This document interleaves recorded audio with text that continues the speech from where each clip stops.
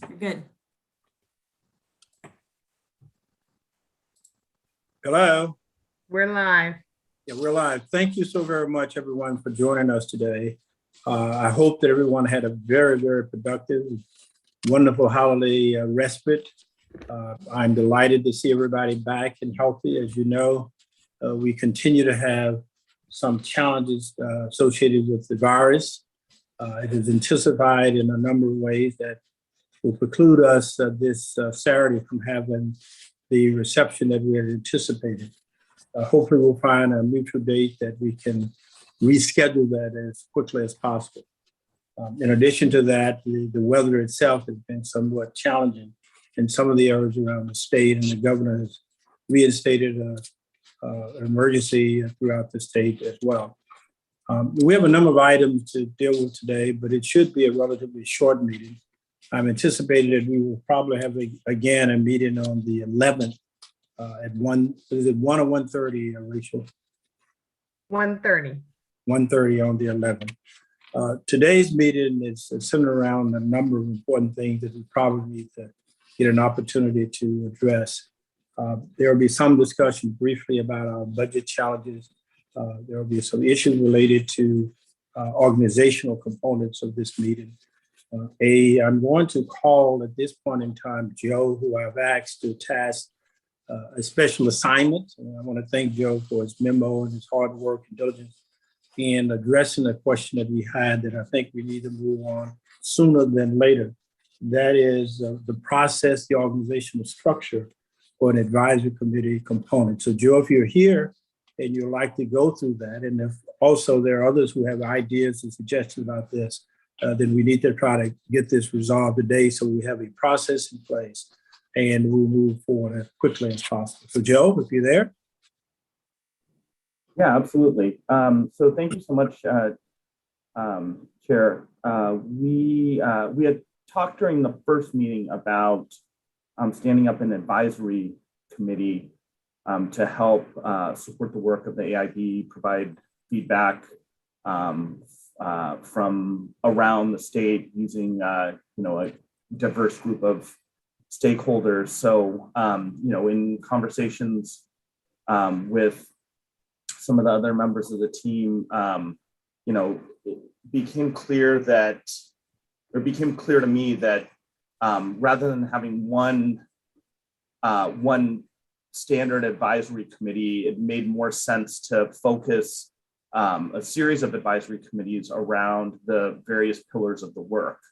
There was a memo that was attached and sent out to the team just outlaying a potential structure for not a single advisory committee, but 5 advisory committees focused around each of the pillars of the blueprint. So one advisory committee focusing on the work of early childhood, the second on high quality and diverse teachers and leaders, a third advisory committee around college and career readiness, a fourth advisory committee around resources for students who need them, and then a fifth advisory committee around guideposts and accountability.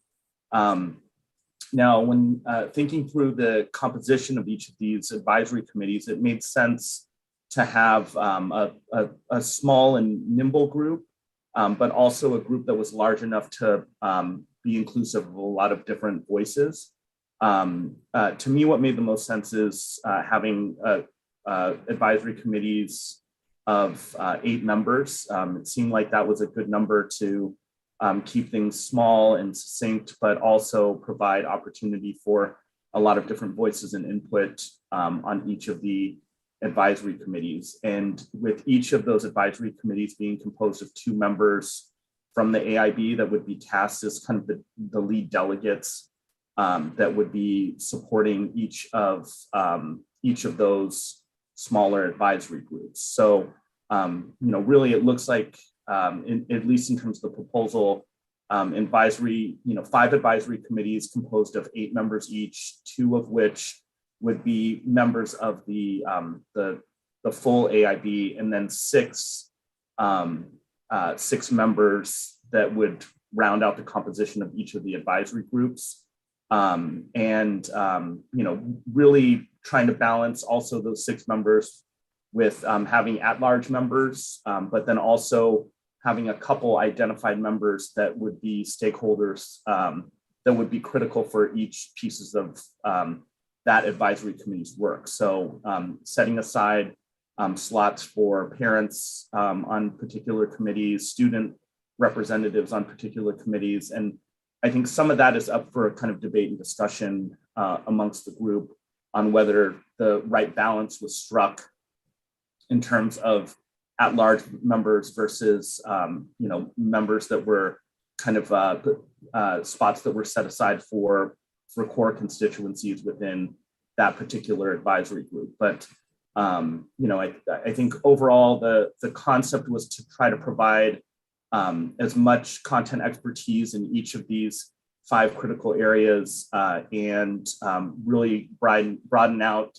the feedback and input that we could be getting across the state from diverse stakeholders. Well, thank you. Is there any reaction or response to what Joe has laid out? If so, it needs further clarification. I think we need to address that with him now.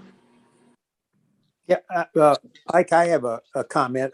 Others may as well. I don't want to jump in too early, but are there other hands up? I have a comment. I have a comment as well. Mhm. Okay. Well, so I like a lot. I very much like much of what you've suggested, Joe, and I think having an advisory committee for each of the pillars makes a lot of sense. And the number 8 seems, any number is arbitrary in a certain sense, but that seems about right to me. My concern is having members of the board be on the advisory committees, because I think the advice we get should be coming sort of purely to all of the board members, not from. I just feel it sort of compromises the advice in some way by having board members on the advisory committee. So you got board members advising themselves in a certain sense. And so I just wondered how wedded you are to the idea that there be board members on the advisory committees. I just think it would have a more a purer structure if that didn't happen. And then secondly, we're going to have an awful lot of work to do as board members. And then if the board members have to also attend advisory meetings, I just think it may be asking too much. So I just wonder how you would feel about not having AIB members on the advisory committee. So that's my thought.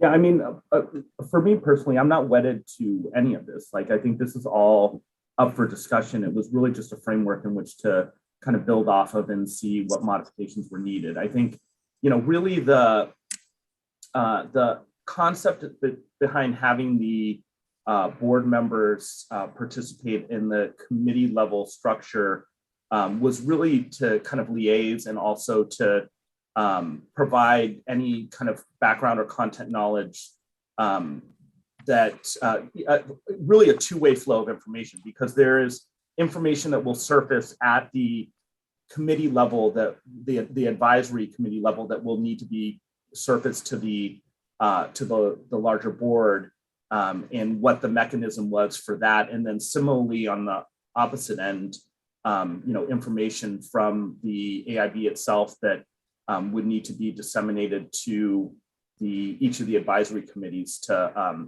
provide them insight in order to make the best advisory decision. So I think there probably needs to be a mechanism in place to do that. I don't know if that's having what the structure is for that. Wouldn't the staff be able to do that? In other words, you're asking, I think you're staffing these with the staff of AIB. So presumably they would be the communication link back and forth. And so anyway, that was, I think that could be accomplished without board members direct involvement. Excuse me, Ike. Yeah, before you go to the next question, I just want to follow up on your point. I have a problem with AIB member being on the advisory committee and taking a vote and having a vote. But it may be productive if they are, it could be an adjunct member, they can participate, but they are not a voting member, because I think that adds some value, but you're not a, I've seen that concept in place, some places where people can be adjunct members, pretend meetings with them, but they literally cannot vote or influence the vote in some form or fashion.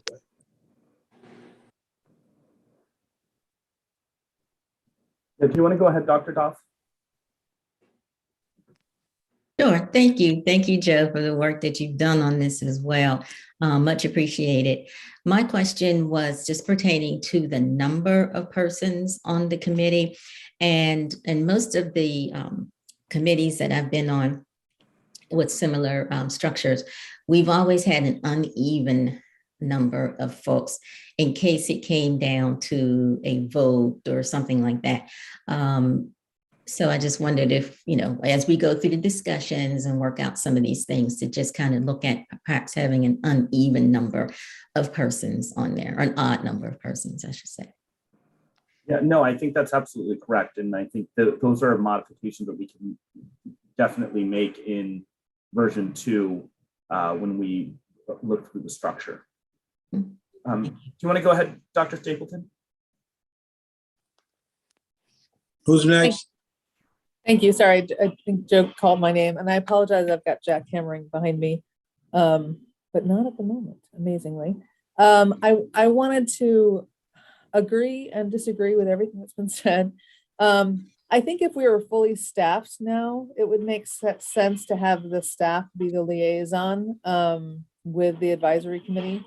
But given that we have no staffing right now, if we do set up advisory committees going forward, I do think that liaison role that Joe had mentioned would be an important one to have. So maybe have AIB ex officio members. And then I apologize. I wrote comments in the document and thought it was a Google Doc that we all had access to. And I realized that I'm the only one who saw my comments. So I just sent them to Joe. But I had some suggestions on memberships of like standing type members. I think for those first 2 pillars on early education and teacher quality, that workforce preparation folks who are in teacher ed programs need to be at the table. I think it would be important to have one set aside place for folks in those programs. And then for the sort of the pillar 4, I think either a member of community school or social work, someone with social work background would be important to have on that one. And then finally, for the accountability subgroup advisory group, I think because a lot of the Maryland longitudinal data systems data resources are mentioned in the legislation, and there clearly needs to be some defined role or liaison with MLDS, and that may be a location where they would play a role on the advisory group unless we had something more formal. Yeah, that is great. Thank you so much for sending those suggestions along, and that we'll definitely go through and incorporate that into the next version. Do you want to go ahead, Dr. Lynch? Yeah, I think my question was directed more towards I guess the larger group of defining the role of the advisory board, because I think that will help us in determining the appropriateness of our participation. I think, Joe, when you had shared that document, my vision was probably pretty similar to yours in that it was really meant to be a two-way street of communication to share information, to be able to dig into the work, ask questions, get clarification. So as not to bog down the larger meetings, but to be able to have those robust discussions. And so, and then to be able to share that as AIB members back with our colleagues. However, there may be a different interpretation of what the role of the advisory board should be. And so maybe that should be our first place, is to kind of understand so that we're all speaking the same language about what we actually anticipate the role will be.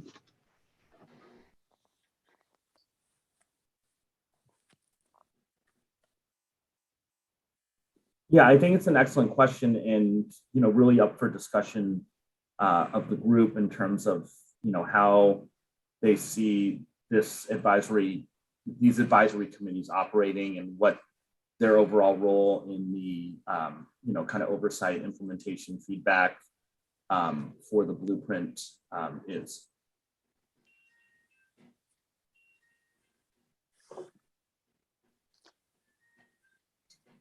There further questions, comments? Well, Joe, it appears as though we got a couple of questions that I think you are open to. One, I think Laura Benjamin indicated the size question, making that an odd number.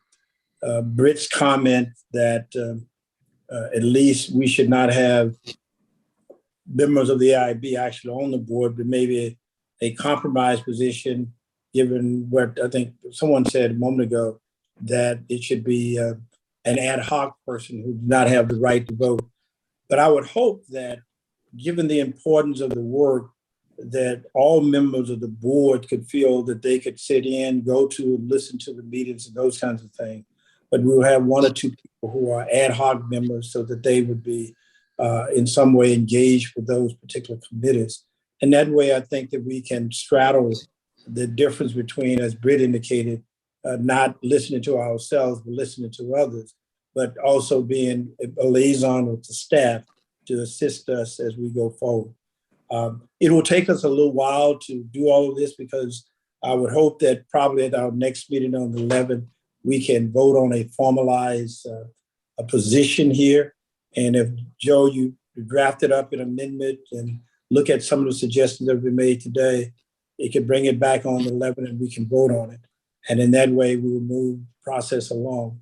But I think we need to send to the public a very clear message that we're going to have these advisory committees, and we'll start the process of selection and advertising so that we can get broad representation throughout the state and many of the stakeholders, especially in those areas where we are really concentrated on those 5 different areas around these subject matters. Are there any further questions of Joe or comments? I do want to thank you, Joe, for taking the time and effort and energy to put your thoughts before us. And I think we have a good process in which to start at this point. If I can just ask one just really quick question as you think about your amendment, is what are the rules around open meeting acts? So if all of us are if there's more than 2 of us participating in any of these meetings, does that then sort of put us in a different space where we need to be considering open meeting acts? And so whereas it would be lovely to be able to attend all of these advisory meetings, then that I just want to make sure that I'm clear about what rules we need to be following. Rachel, we probably get some guidance on that, and whatever the guidance is in terms of following the law, we will have to follow. So I'm not precisely sure all the components of that. So we'll look into that between now and the time we actually start. But we have a little bit of time because it will not be really in effect until the time they actually start to meet. But it's a good point that you made. We probably need to double back to make sure that we're in compliance with the open meeting laws. Will do. Also, just want to plus one Dr. Lynch's kind of top line point that getting as sharp and as clear on the overall purpose of these committees, and then by extension, what our job description is if we are to participate in them, I think will just help us as we kind of work through the mechanics of how many is on it and what are they voting on and so on and so forth. So I thought that was an excellent point. Yeah. Thank you. Any further comments or questions of Joe? Or Joe, you want to make any last comments before we move on? No, I think I'll take all the feedback that was given today. Thank you everybody for all of the suggestions, and we'll go through and modify the document, resend it out so that people have a chance to look at it again, and hopefully on the 11th we can look at it for a final vote and move forward with trying to get some advisory committees to kind of extend the reach of the AIB and also get more voices and more feedback on the processes that we have in place. Thank you, Joe. Yeah. We go to the next item for us today, and I had mentioned at several meetings to pass that I think it was appropriate for us to have a vice chair because we will have an awful lot of meetings. I'm getting requests all over the state from people asking me to participate, to have different discussions about our role, our work, and hopefully all the members of the board at some point will be willing to participate with some of the outside stakeholders and community in giving views about the board and its work. I am really clear about having a strong vice chair because this work is quite involved.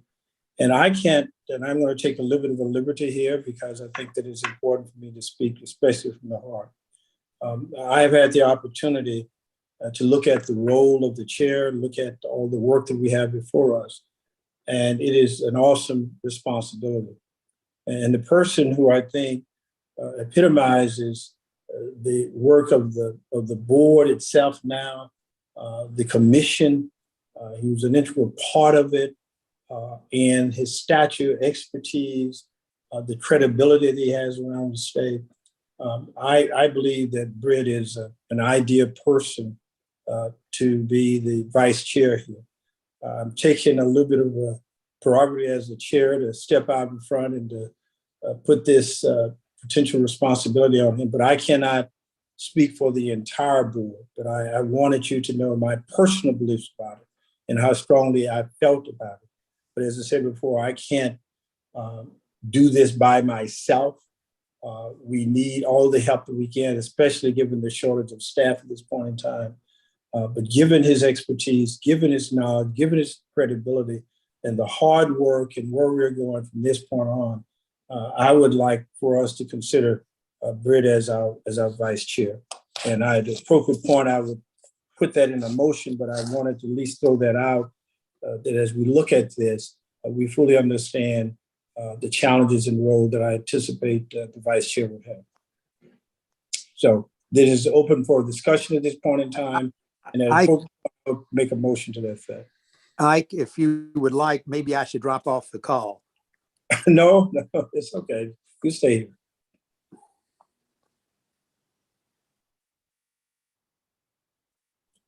Well, I'll jump in since the jackhammers have stopped. And I agree. I would second that motion if that motion were made. I put in a motion, but I will. If you go ahead and make the motion, I'll second it. Well, I'll keep it open for discussion for a bit. Okay.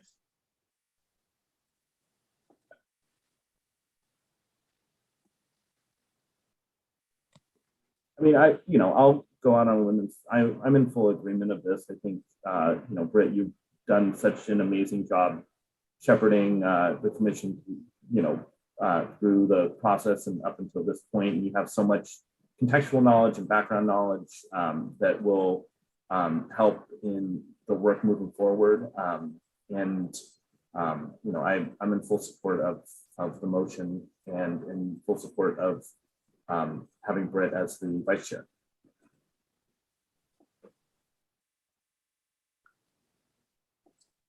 Yeah, Well, there's not a motion on the table. If someone want to entertain a motion, we can. I'm sorry, you had a question, Laura? no. I was just getting ready to say that I am also in full support of having Britt serve as the vice chair. Okay.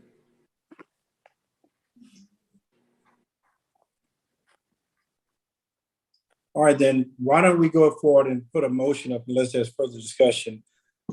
I would move that this committee consider Britt Corin as the vice chair for the AIB. Is there a second to that motion? Second. All right, there is further discussion about that motion. It's time, so we can entertain that. Okay, we'll just take a voice vote on this. Raise your hand. I'm not sure how we can do this, but all in favor, please indicate by saying aye. Aye. Okay. And then opposition? Hearing none, and then I will say that the motion is approved and Britt will be our vice chair.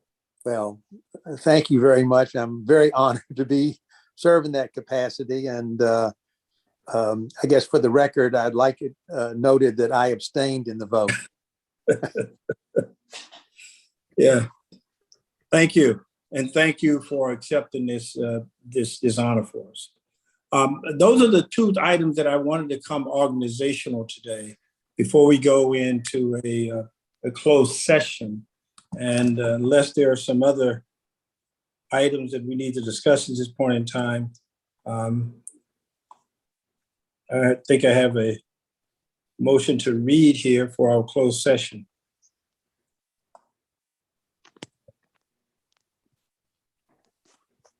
I can find it.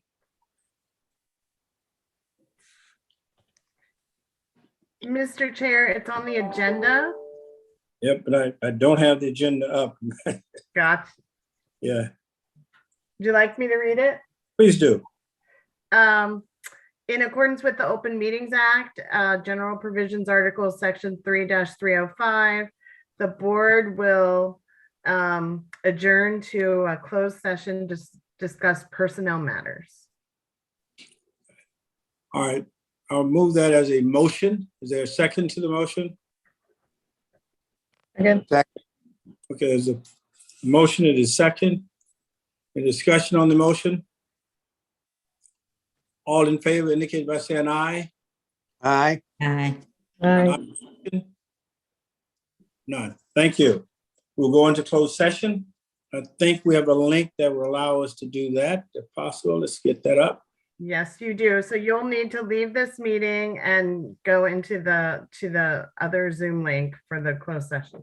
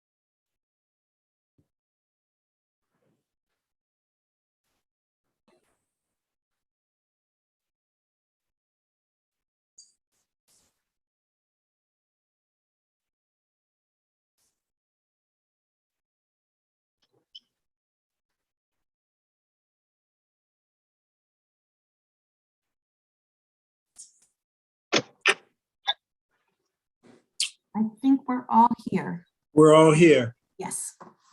The AIB committee is now back in the regular session. I want to thank everyone for their participation. I want to thank you for being able to flex back and forth to the various things that we had to discuss today. There's one thing I failed to mention when we go back to the advisory committee, Joe, that I think we need to make sure that it's part of that process, that we have a committee that I would like for you to chair, and maybe someone else who may want to participate with him, of how we get the word out that we have this advisory committee coming up, lay out some general qualifications, and also with that, the selection process as well. We failed to mention that, so I'd like to have you lead that charge, maybe one other person at least, working with you to ultimately, when we determine the size, that we have a plan going forward of how we would notify the community that that committee is being formed, how they can apply and where they can apply in order to participate in it. So that's part of that charge as well. Not only putting together the committee structure in terms of how we've laid it out, but the actual selection of the people that will go to that to recommend back to the full body. Okay? Understood. All right. Are there any additional comments from the body? Anything you want to add, Rachel? Is Rachel back on? I am here, just that the next meeting is January 11th at 1:30. Gotcha. Okay. A motion to adjourn? So moved. Second, moved and seconded with John. All in favor indicate by saying aye. All right. Thank you.